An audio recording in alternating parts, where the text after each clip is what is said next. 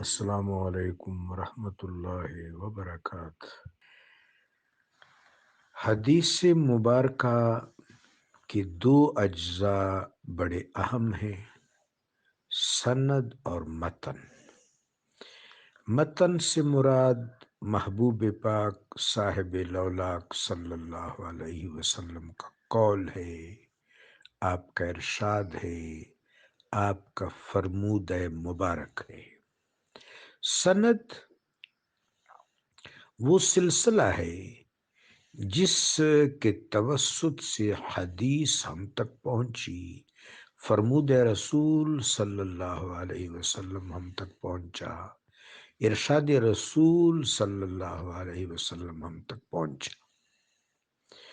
ہمارا یہ دور ہمارے آقا و مولا علیہ الصلوۃ والسلام کے عصر ناسوتی سے دور ہے، درمیان میں کافی سارے راوی آتے ہیں۔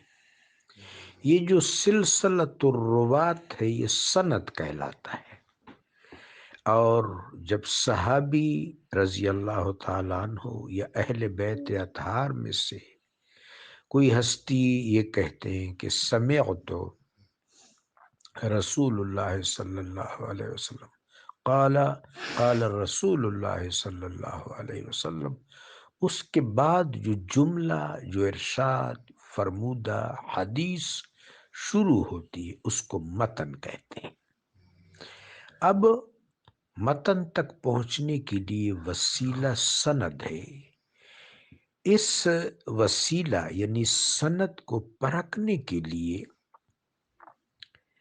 اسماء الرجال کا علم ہے جس کو درایت کہتے ہیں۔ درایت کا لفظی مطلب ہوتا ہے سیپی سے یا صدف سے موتی باہر نکالنا، اور اصطلاحی اعتبار سے اس کا مطلب ہے چھان پھٹک کرنا، بہت زیادہ سکروٹنی کرنا، بہت زیادہ ناقدانہ جائزہ لینا، ہر طرف سے، ہر جہت سے، ہر کنف سے سند کو چیک کرنا۔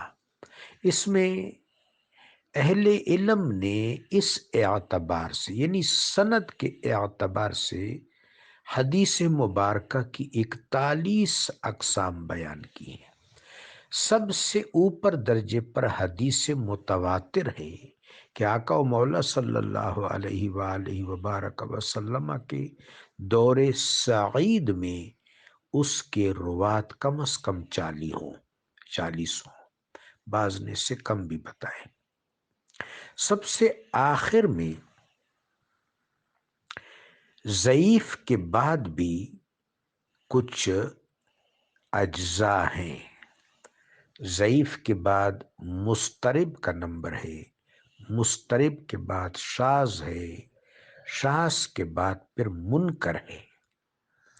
منکر جس میں کوئی ایسا راوی آئے جو منکر ہو، جو جانا نہ جاتا ہو، جو معروف نہ ہو، جس کے حالات سے لوگ باخبر نہ ہو۔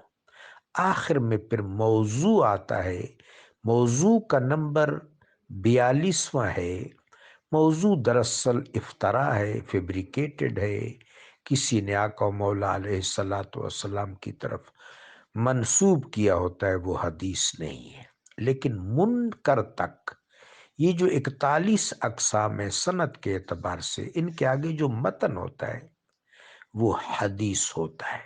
ہاں، درجہ بندی جس طرح محدثین نے کی ہے، متواتر پہلے ہے، پھر صحیح ہے، پھر حسن ہے، پھر مشہور ہے، پھر عزیز ہے، اس طرح راوی ہے۔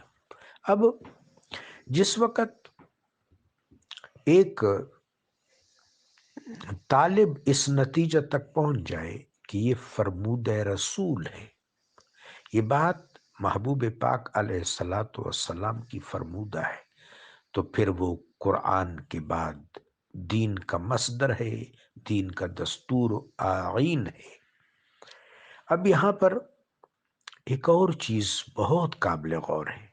صوفیاء عظام رحمۃ اللہ علیہم نے اس چیز کو بہت ترجیح دی ہے، اور ان کی بات بہت زیادہ قابل اعتنا، قابل لحاظ اور قابل غور ہے۔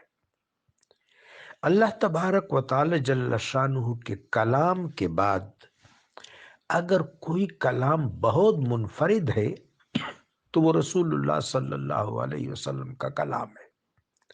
اللہ تبارک و تعالی جل شانہ کا کلام بالکل یگانہ ہے، جس طرح میرا رب یگانہ ہے۔ اس کے بعد جو کلام بہت منفرد، ممتاز اور ممیز ہے وہ رسول اللہ کا کلام ہے۔ محبوب پاک صاحب الاولاق صلی اللہ علیہ وآلہ وبارک وسلم فرماتے اوتیت جوامع الکلم، اللہ نے مجھے جامع کلمات عطا فرمائے۔